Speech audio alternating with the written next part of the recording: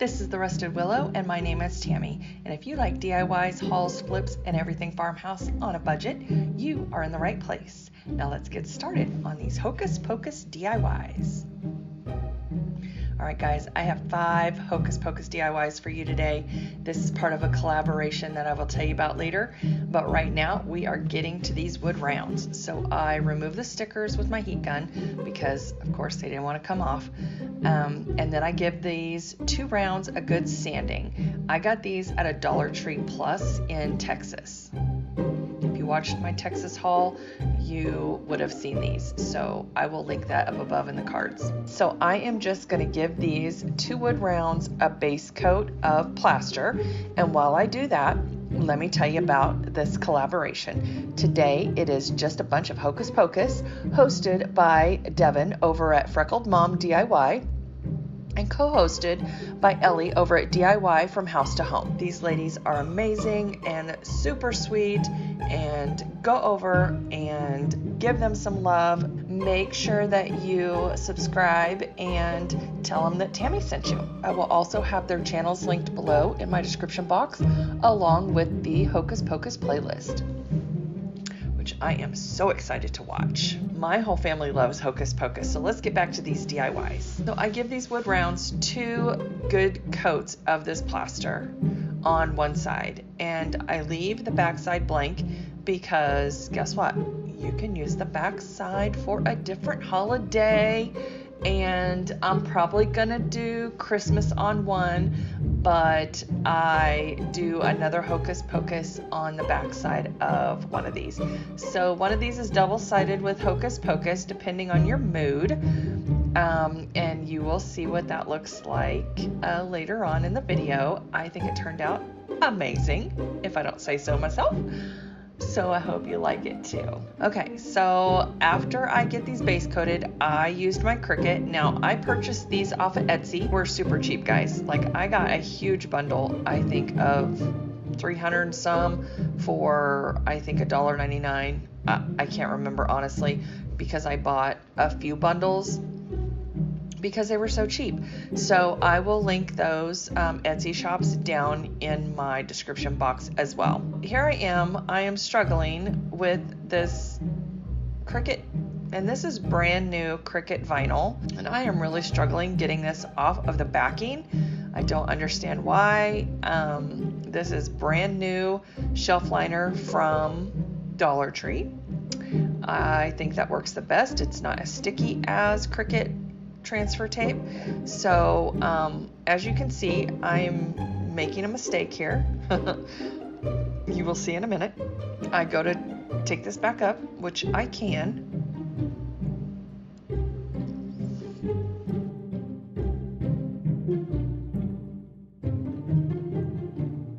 And it comes up pretty easily.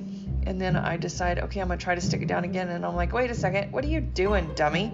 Okay, so when you have large stencils like this, which I went over in one of my previous videos, and obviously I don't learn from my own mistakes, you only take half of the backing off and lay it down, try to position it as best you can in the center, and then take the other half of the backing off, and then you get it just fine, and it doesn't stick to the surface in all the wrong places, because that's how you get wrinkles and all that stuff. So there you go. That's your tip for the day, other than it's Friday.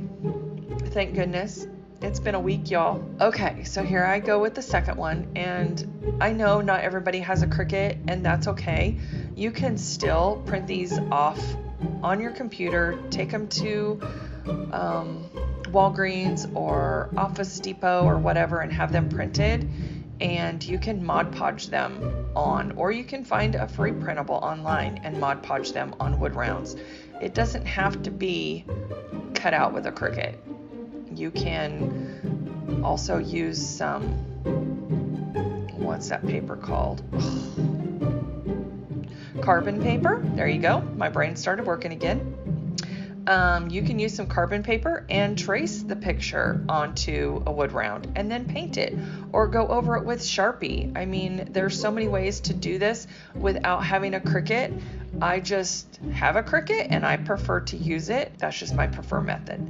But there are lots of channels out there that show you how to do that. I'm not going to show you how to do that because I don't have any carbon paper and that's not my preferred method. So if you want to see how to do that, I can definitely, leave me a comment. I can definitely point you in the right direction. Also seen people, like, instead of using graphite paper or carbon paper, they cover the back of the paper with pencil and then trace it on that way, and it goes on pretty well. You can also use chalk if you're using a dark surface. So those are some different ways that you can get a design onto a blank surface and make it your own. So I decided to distress this with some Waverly antiquing wax, and I wasn't getting the look that I wanted. I thought about going around the edges with black, but I didn't want it to be that dark. So I also have plaster still on my paintbrush because I wanted it to kind of be a muted antiquing, if you know what I mean. Actually, I don't even know what I mean because I wasn't getting the look that I wanted. So I used some black folk art chalk paint and I mixed that with my Waverly wax, and I think I accomplished what I was going for. I kind of wanted it to be a little bit muted. I wanted it to be distressed, but in a muted manner. If that makes any sense. I don't know. So I left the paint on my paintbrush, the plaster, and I mixed my black and my antiquing wax, and I think it turned out pretty cute. I don't know. Let me know what you think in the comments. If I should have just left it all plaster, if I should have ran around the edges, if I should have went around the edges with some black chalk paint, or what? What do you think?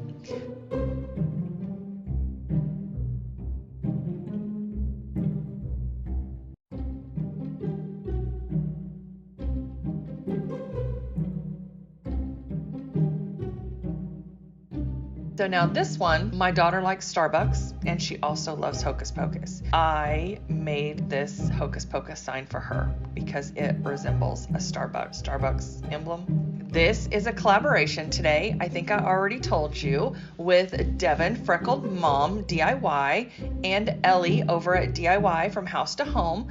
Make sure you go over and check out their channels.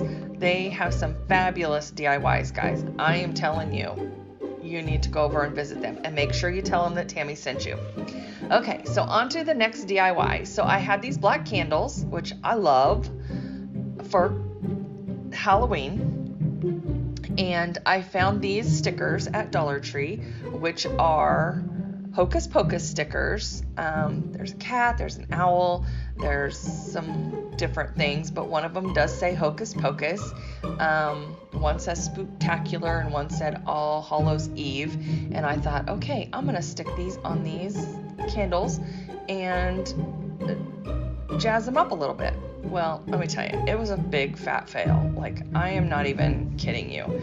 The stickers would not stick. I even used hot glue, and anyway, don't even try it. Save your time, save your money, don't even try it. I could not get them to stick. The foil on the front was coming off. It was just a mess. And so I don't even show you what they look like in the final reveal, because when I came home from work today, they were all peeled off the glass. So there you go. Okay guys, this next DIY is a Rae Dunn sign that I picked up at Goodwill. I actually picked up 2 of these. I painted white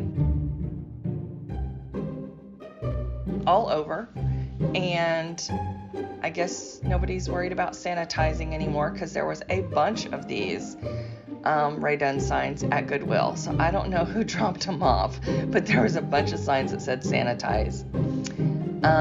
Anyway, I am making a Black Flame Candle Company sign. I found this on Etsy and I thought it was so darn cute. I mean, seriously.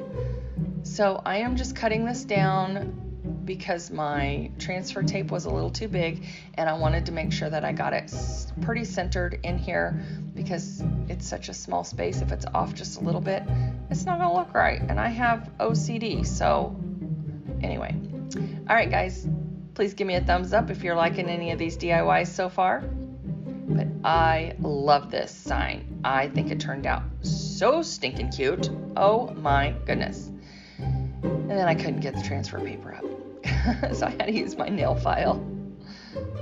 By the way, I bought these nail files at Dollar Tree to get in the little edges and little tight places that you can't get your sander in. Works amazing. And I bought the metal ones so that way I don't have to worry about them bending and all that stuff.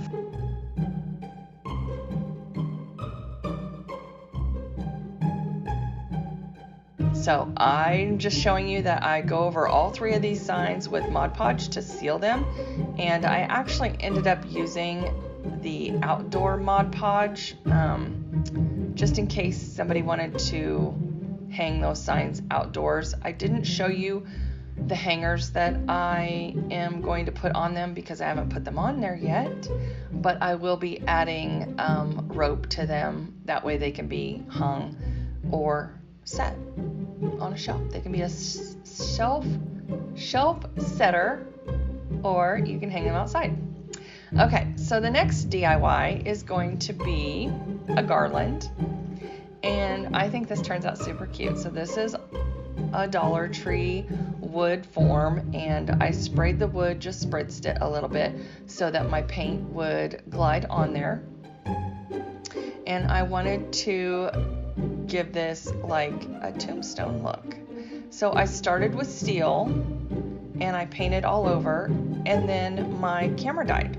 Yeah, it died. So that was fun. Anyway, so what I did was I went over this wood form with steel, and then I dry brushed it pretty heavily with black, and then all chalk paint, by the way. And then I went around the edges again with the steel by itself, and then I used plaster as well. It's just kind of blended all together, but it's still, I think it turned out really cute, and it does look like a tombstone in the color a little bit. So then I used my Cricut and I cut out William Butcherson, 1st of May 1693, Lost Soul. It's supposed to say died 1st day of May, but my Cricut messed up the words or the letters on the word died, so I just left it off. I wasn't going to redo it, and it just wasn't worth it. I just left it off. So then I'm going over and distressing the letters a little bit and covering them a little bit with some of that steel and black mixture paint. And then I don't show you how I string the beads, but you'll see it in the final reveal. Okay, this is the last one, and this is on the back side of the Hocus Pocus that looks like Starbucks, the Starbucks emblem. And what I'm doing here, I'm taking cashew, I'm taking pumpkin, Waverly chalk paint, and I am taking some purple, just regular latex paint. And I couldn't decide which purple I wanted. One was brighter than the other and one was muted. The one that was brighter that I just dipped my brush in is really thick, which means it's going bad. So the other one that's muted is not going bad. I buy this paint all the time at Lowe's on clearance because it's super cheap. So you can see it's marked down. That one was only 50 cents. So if it's ever on clearance or an oops paint, I purchase it. Sometimes I have these for years because I don't normally use that color purple all the time, and so they dry up. Anyway, so I am making an ombre effect sign, and I am just starting out with my purple, then I put on my pumpkin, and then I do my cashew. And I kind of wished I would have started with cashew first. I don't know what I was thinking, but you should always start with your lighter colors and work your way to your darker colors. I just blend this and blend this and blend this until I get it how I want it, and until it's pleasing to my eye. And then but you can do whatever colors you want. You can not blend it at all. You can have it more pigmented. You can have it more muted. I mean, whatever you want. I love doing this effect, and I just had an idea in my head and I was trying to make that come to fruition. So I think it turns out super cute. But anyway, I don't make you watch this whole thing of me blending. But some people said in the comments that they wanted to see more paintings, so trying to put that in my videos more. So I just keep adding paint until I get it how I want it, and then after that dries, and I try not to dry it with a heat gun, because for some reason when I dry it with a heat gun, my vinyl doesn't want to stick. And I am using some more of this Cricut vinyl, and this is the good stuff, and I kind of struggle with it, honestly, getting it off the paper backing.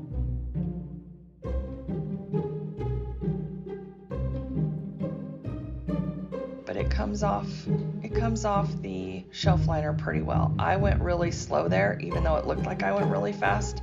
This is sped up quite a bit. So just take your time, work with it, and don't go too fast. All right, guys, time for the final reveal. And while you're watching the final reveal, that is the spell book that I made last year. And I will leave the link to that video up in the cards and down below in my description box. I also made that window that says Sanderson's Bed and Breakfast, and I think I filmed that so you get a glimpse of it. Actually, that wasn't a window, that was a frame. It used to be an old clock, and I took the clock part out and just used the glass because I loved the frame. It was already distressed. I used the glass to make the sign for the bed and breakfast.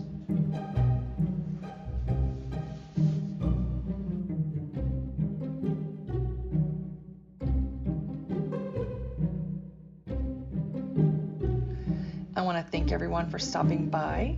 I hope you enjoyed this video, and I want to thank all my subscribers, and I want to thank all my new subscribers, and I hope you keep coming back for more. And if you're new here, welcome. Don't forget to go over and visit Devin at Freckled Mom DIY and Ellie at DIY from House to Home. And the playlist for this collaboration will be linked in the description box below. And if you like this video, here are some more that you might like as well. Have a good weekend, guys.